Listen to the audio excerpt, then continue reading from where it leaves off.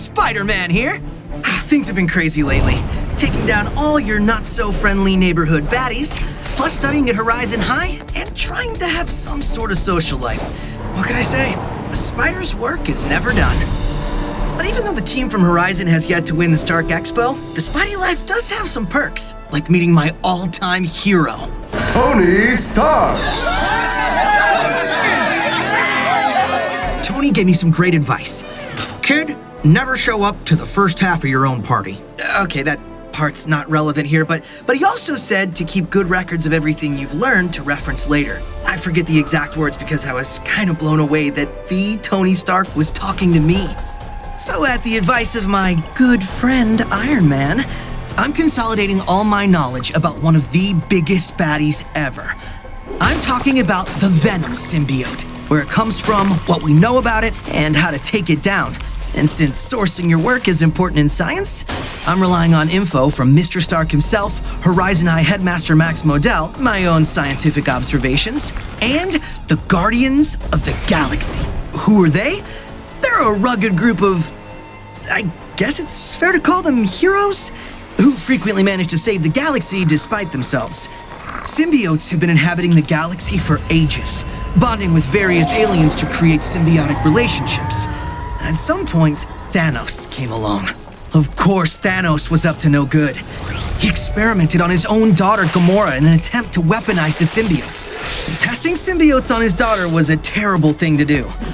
But terrible things are kind of, well, Thanos' thing. Gamora escaped Thanos and joined the Guardians of the Galaxy, hoping her symbiote encounters were far behind her. But then the Guardians came across symbiotes on Groot's abandoned home planet.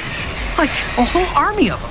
Turns out that was the site of Thanos' awful experiments. The Guardians were all like, "We've got to blow up this planet." And Groot was like, "I am Groot." Because, well, that's all he ever says, but what he meant was that he agreed they had no choice but to destroy his planet to stop the symbiotes. Even Peter Quill, who jokes about everything, couldn't come up with anything funny to say about that. Even though the planet was blown up, a fragment of it, still infested with symbiotes, was shot into space.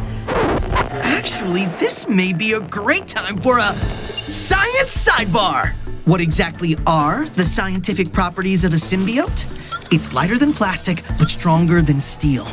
It can take the form of anything, and is almost indestructible. Stay tuned for their weaknesses, by the way. Symbiotes also try to bond with whatever they come in contact with. Or at least most do anyway.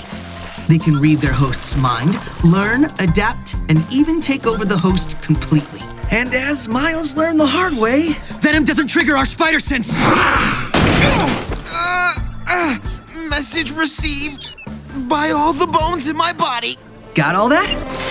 Here's where I entered the picture. Somehow the Space Administration had a sample of the symbiote.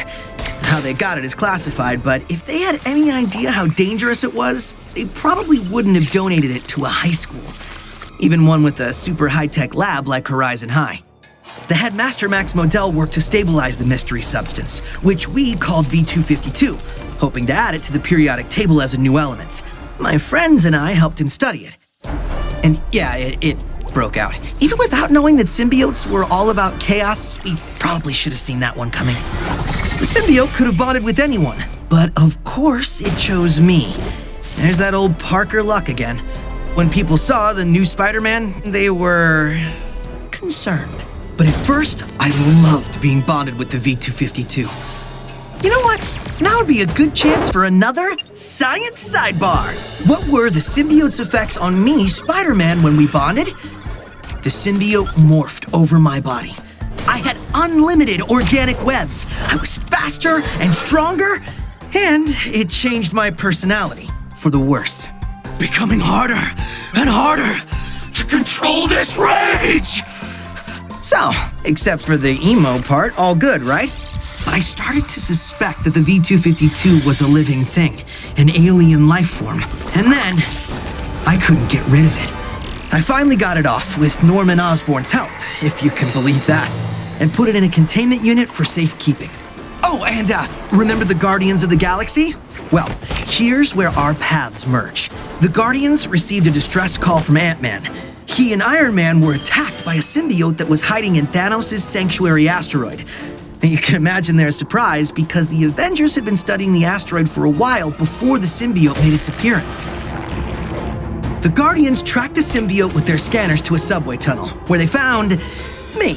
And the first time we met, it didn't go so well. But once we started working together and discovered we had the same name, we got along okay. And we found something none of us had seen before. A red symbiote. We didn't know much about it. For instance, why wasn't it trying to bond with any of us? Well, that was because it already had a host in mind. And that host was Thanos. He was all, "This symbiote is merely a shell. I will turn this entire city into a symbiote army that I control. Should you survive, you will have the honor of joining them."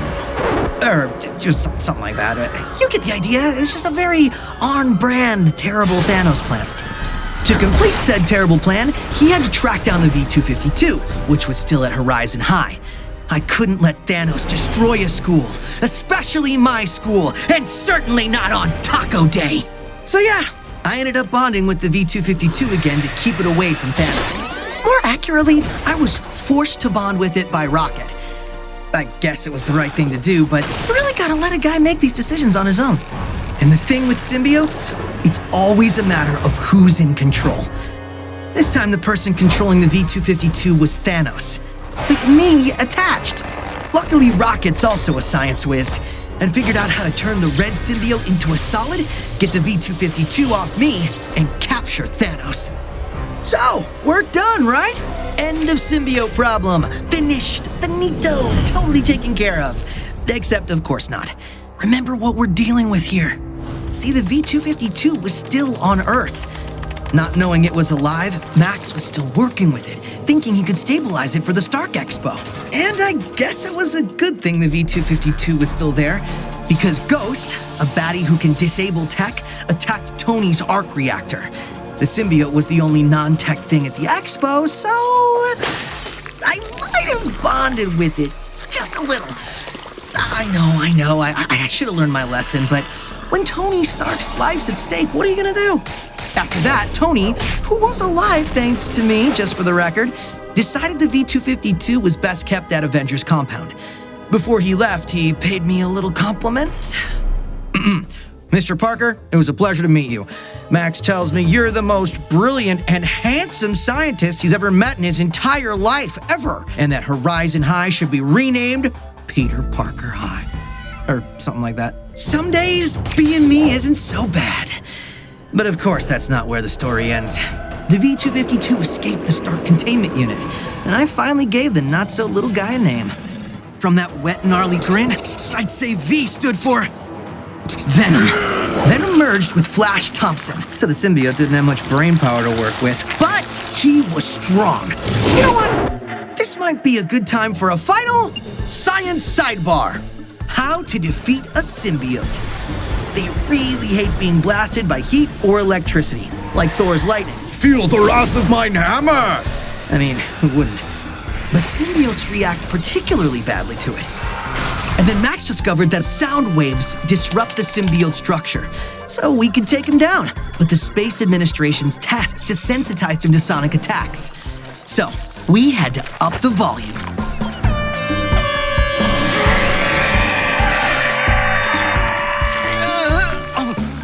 Class dismissed. After I separated Venom from Flash, the symbiote was safely contained at the Space Administration. Emphasis on was.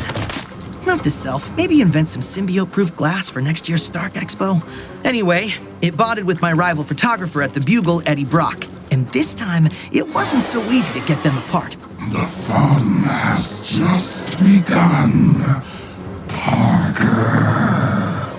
But Miles invented a blaster using equipment from the Space Administration that put the symbiote in a coma state. And it worked. For a while, at least. But Venom just won't leave me alone. The spider is near. Obsessed much? I was thinking I knew how to defeat a symbiote. Done it before, easy peasy. But this time Venom had something up his sleeve. Or rather, nothing up his sleeve. Because he upgraded to no longer needing a host. What? There's no host in there? They expect experiment. I evolve. I realized I had to bond with Venom. Yes, again, in order to get overloaded with energy and get rid of him for good. So I teamed up with some friends, and we went a little Thor on him. One overload coming up. Nah! What?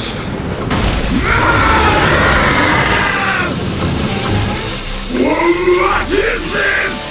I will! So, that's where things stand now. Basically, the TLDR version is, the symbiotes are dangerous and really, really good at making a break for it. And Venom in particular has it out for me. Pretty sure we haven't seen the last of him.